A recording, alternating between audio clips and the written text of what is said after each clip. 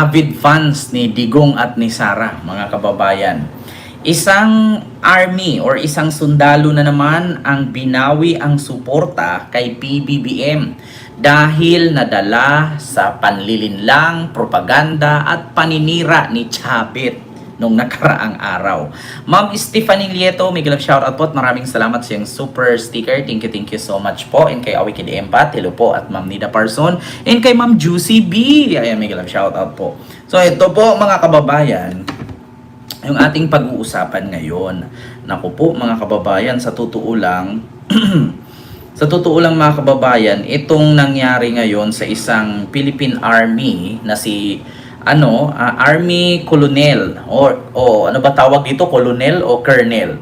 Binawi ang suporta kay Marcos. Ayan po mga kababayan, yan po ay galing sa News 5. No, pasensya po kayo mga kababayan kung medyo baliktad yung ating sinadya ko po yan. Ayan, so at least nakita nyo naman galing News 5, ayan po siya. So eto mga kababayan, hello po Ma'am Stephanie.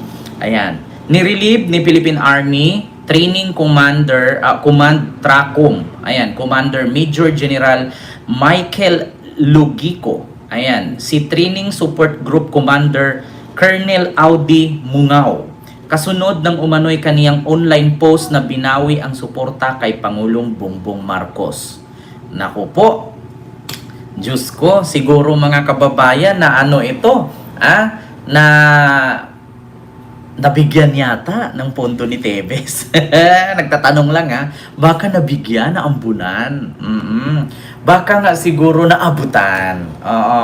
Wala naman po tayong mga kababayan, problema kung ayaw na po niyang sumuporta. Kasi bakit? Hindi naman po siya kawalan siguro kay PBBM. Kasi alam niyo sa totoo lang mga kababayan, kung meron mang isa sa mga sundalo na ayaw sumuporta, marami naman pong mga sundalo na papapalit or paparating or tawag dito, mga bago, 'di ba? Mga kababayan, nako, alam mo sa totoo lang mga kababayan, ganito 'yan eh. Ganito 'yan. Basahin ko lang muna bago tayo mag-react. Sige, ganito. Inilagay na si Mungao sa Office of the Commander ng Tracom habang iniimbestigahan ang posibleng administrative at legal charge or charges na maaaring ihain laban sa kaniya kaugnay ng kaniyang online post. We are still reaching out to Colonel Mungao so that we may extend to him emotional support. He is still my responsibility, ayon kay Lugico. Wala pang tugon si Mungao sa ngayon. Iginiit naman ni Lugico na mananatiling tapat ang PA sa konstitusyon at sa chain of command. Ganito mga kababayan kung sakali man ay tawag dito, nagbitaw siya ng suporta kay PBBM, ay ganito lang yan. Dapat inisip mo, 'di ba? Dapat inisip niya yung pinagpaguran niya for almost how many years, 'di ba? Ilang taon kang nag-aral para maging sundalo. Yung pagod mo sa training, yung posisyon mo, yung ranggo mo, kung paano mo yan kamitin or makamit, 'di ba? Sa totoo lang mga kababayan, tapos kung halimbawa magretiro ka, yung pension mo, 'di ba? Pero sa bagay, kung sakali man naman na naoperan ka o di kaya naambunan ka, di umano, para sumali dyan na mag-aklas at may planong magkudita. Di ba? So, kung sakali man, di ba, baka naambunan nga naman. Kung ikaw ba naman maambunan, syempre, iba-budget mo ngayon yun. Kung halimbawa ako, diba? Tapos merong mag-alok sa akin ngayon na sanib ka sa grupo para kalabanin natin si Marcos para mapatalsik. Siyempre, itututal ko yun. Halimbawa, 65 years old ako, magre-retiro na ako. Tapos sabihin ko, 80 years old ako mabubuhay or 90 years old. Itututal ko monthly yun kung ilan yung matatanggap ko. Ngayon, pagka pumayag sila na, ito, operan, bigyan nyo ako ng ganito kalaking halaga. Sige, retiro ako, mag-resign ako, basta yung aking pangangailangan sa tanang buhay ko, mabibigay ninyo. 'Di ba? Kasi kung sa totoo lang mga kababayan, kahit sino po, kaysa naman magpakapagod ka dyan magtrabaho, 'di ba? Kung bibigyan ka naman ng malaki, 'di ba? Ako, opinion ko lang to, hindi ko sinabing binigyan siya. Ang sinabi ko kung halimbawa ako, 'Di ba? Halimbawa, ako ngayon, isa akong sundalo. Sabihin sa akin, Ken, mag-withdraw ka ng support kay Marcos. Tapos sumanib ka sa grupo natin, sa namin. Tapos ano tayo, mag-rebuild tayo, ganyan. Upiran kita ng ganito kalaki. Kahit magretiro ka diyan, kaya na 'to. Match na to. Bawing-bawi ka na dito. 'Di ba? Kaya sa totoo lang mga kababayan, at saka take note sa mga nakakapanood na DDS, huwag po kayong masaktan kung ito po yung aming reaksyon. Kasi bakit? Biruin mo, ipagpapalit mo yung retirement pay mo, yung mga benepisyo pagka nagretiro ka dahil lang sa ganyan. Sige nga, pinagpaguran mo yan. Nag-aral ka for almost how many years? 'Di ba? For how many years mo na pinag-aralan 'yan? Tapos nag-training ka ng napakapagod na training. Tapos nagkaranggo ka ng ganyan katagal, at kataas na ranggo. Then ipagpalit mo dahil lang ayaw mo na magsuporta kasi naniniwala ka kay Digong? Sige nga. 'Di ba? Ikaw mga kababayan, tanungin ko kayo. Sa mga OFW diyan, kung operan ko kayo ng 100 million, mag-OFW ka pa ba? Sige nga. Kung operan ko kayo ngayon 100 million,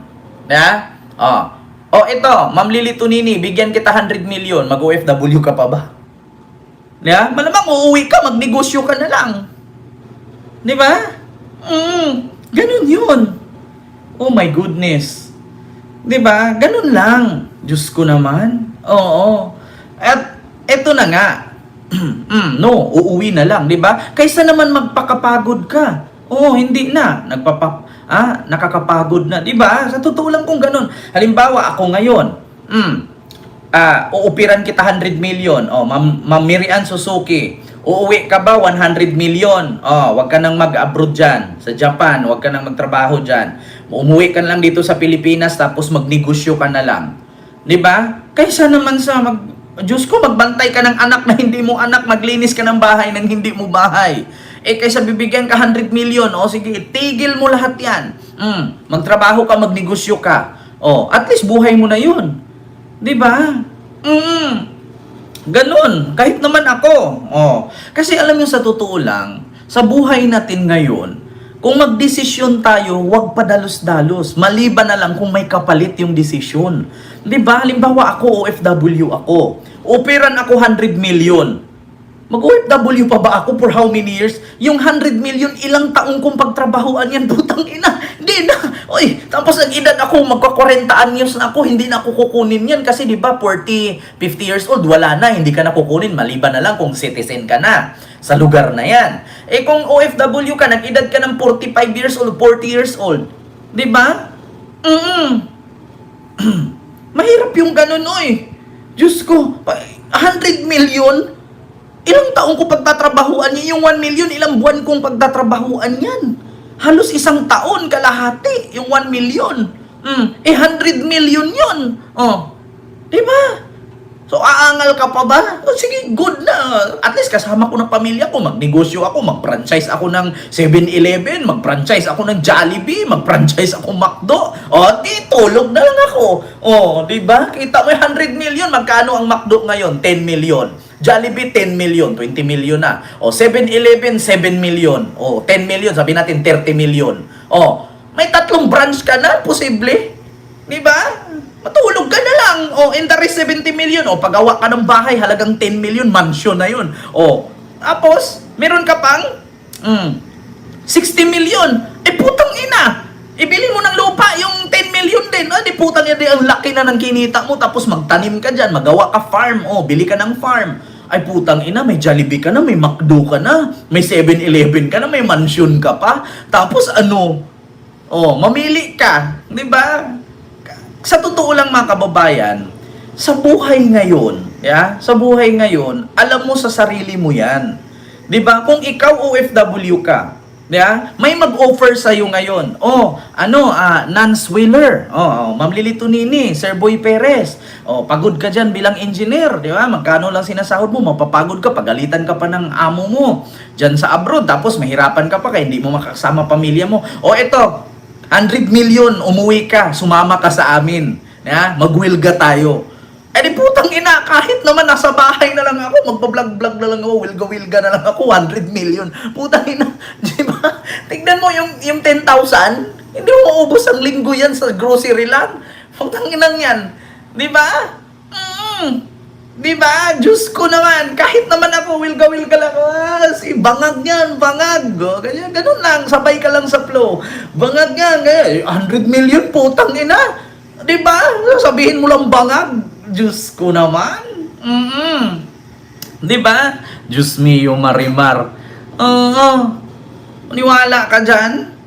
Kahit ako, alam nyo sa totoo lang, sa hirap ng buhay ngayon, kung may mag-offer sa'yo, 100 million, umuwi ka, wag ka na mag-OFW, tatanggihan mo pa? 'Di ba?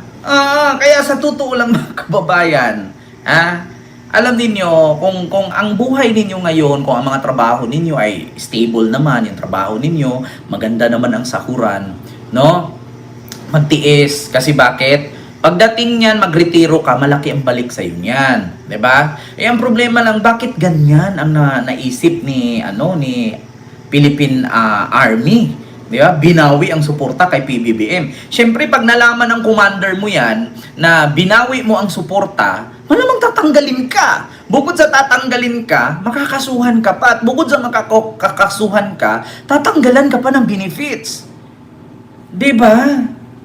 Yan ang problema, mga kababayan. Do you think, mga kababayan, papayag siya na ganyan? Yung pinagpaguran niya for how many years? Yung ranggon na kamit niya for how many years niyang pinagpaguran yan? Isuko na lang niya, ganun-ganon. Alam niyo ba ang consequences na pag sinabi mong nag-withdraw ka ng support sa Commander-in-Chief? Di ba? Alam niyo ba, Ma'am Ana Amador, hello po. Alam niyo ba, kapag ka nalaman ng Commander-in-Chief, na nag-withdraw ka ng support. So, sa madaling salita, nagre-rebuild ka. Nagre-rebuild ka. Alam mo ba ang mangyayari doon? Kakasuhan ka. Bukod sa kakasuhan ka, tatanggalan ka ng benepisyo. Yung mga yung mga pension mo, yung mga matatanggap mo pag retiro. Tapos wala ka ng trabaho. Di ba? Oo. Roy Hebron, ay maraming salamat po. Kay Peter James, ayan, may love shoutout din po sa inyo dyan. Diba, mga kababayan? Kasi kung ako lang syempre iisipin ko lang, kung sakali magsalita ako ng ganyan para sa Commander-in-Chief, para kay PBBM, alam ko yung consequences alam ko yung mangyayari. Kasi ang mangyayari dyan, either tatanggalin ka, parusahan ka, kasuhan ka, tanggalan ka pa ng benepisyo. Diba? So ano na mangyayari? Kung ikaw, tanungin kita, tanungin ko kayo mga kababayan, kung kayo ang nasa sitwasyon na ganyan, gagawin mo ba yan na walang kapalit? Hindi na tayo magtaka. Huwag nating sabihin, mga kababayan, na, dahil sa prinsipyo, kaya ginawa ko ito. Putang ina, tigil-tigilan nyo yung prinsipyo na yan. Do you think pag natanggal ka, anong kakainin ng pamilya? Kakainin nga. Paano kung may anak pang nag-aaral yan? Maliban na lang kung may mga negosyo yang malalaki. Kahit mag-withdraw ka ng support. 'Di ba? Walang problema. 'Di ba? Kahit mag-withdraw ka ng support, walang problema kung may mga negosyo kang nagawa. 'Di ba? Lahat mawawala, sa totoo lang. 'Di ba? Anong sabi dito sa news? Anong sabi ng News 5? Buksan ko Ito, inilagay na si Mungaw sa Office of the Commander Tracom habang iniimbestigahan ang posibleng administrative at legal charges. 'Di ba? Sige nga. Kung ikaw, papayag ka, kaganda-ganda ng serbisyo mo at pagtatrabaho mo, wala kang issue, tapos bigla kang makasuhan ng administrative and legal charges at maaaring ihain laban sa kanya kaugnay ng kanyang online post. 'Di ba? Sige nga. My goodness. Hindi mo lang antayin, ilang taon na lang 10 years na lang sabihin natin 55 to. 10 years na lang, retiro na siya. 'Di ba? Gusto sa kanya 'yun Ma'am Yel, hello po, at sa Sirisa Force, hello po sa inyo. 'Di ba? Kaya sa totoo lang, Decision na yun. Wala tayong magawa. This is a freedom country. We can do whatever we want to do. English yun ha. Aralan ko yan for almost 10 years. Yeah? This is a free country. We can do what we want. No? You can do what you want. Diba? Diyos ko, ilang taon na lang. Kung 55 years old to or 50 years old na. Oh, ilang taon na lang. Diba? Nako, Diyos ko mga kababayan. Kaya minsan, alam nyo, yung pagsisisi nasa huli, wala sa unahan. Diba? Like po tayo mga kababayan. Ma'am Elizabeth Lorin, hello po. No, like po tayo mga kababayan. Kaya, isa lang ang masasabi ko, choice niya yan. Diba? Choice niya yan. Ito, Ken, 10 million, konti yon. 100 million ang ias mo kapalit ng pagbaliktad mo. Ha. Sabi ni Ma'am Marilo Romualdo, hindi ma'am, 10 million a month nga eh. 'Di ba? 10 million a month. Oh, ang sabi ko. Kasi 100 million forever, wala. 10 million a month. Oh. Siyempre, mas malaki-laki yun, 120 isang taon. 'Di ba? So, ganun yun, mga kababayan. Kung ako lang. Alam mo yun, sa totoo lang mga kababayan, tapos mangyari pa dito, may mga anak pa ito na nandyan din sa Philippine Army, yeah? Sa EFP, may pamangkin pa ito, may pinsan pa ito. Tapos yung pamangkin, yung pinsan, yung anak, kung sakali. Saan na lang yun? Maglalakad ka dun, walang ulo. Kahihiyan. Diba? Diba mga kababayan? Ganun lang yun eh. Okay lang kung siya lang to. Paano kung may anak siya? May pamangkin siya dyan, may pinsan siya dyan. So mag-withdraw ng support din.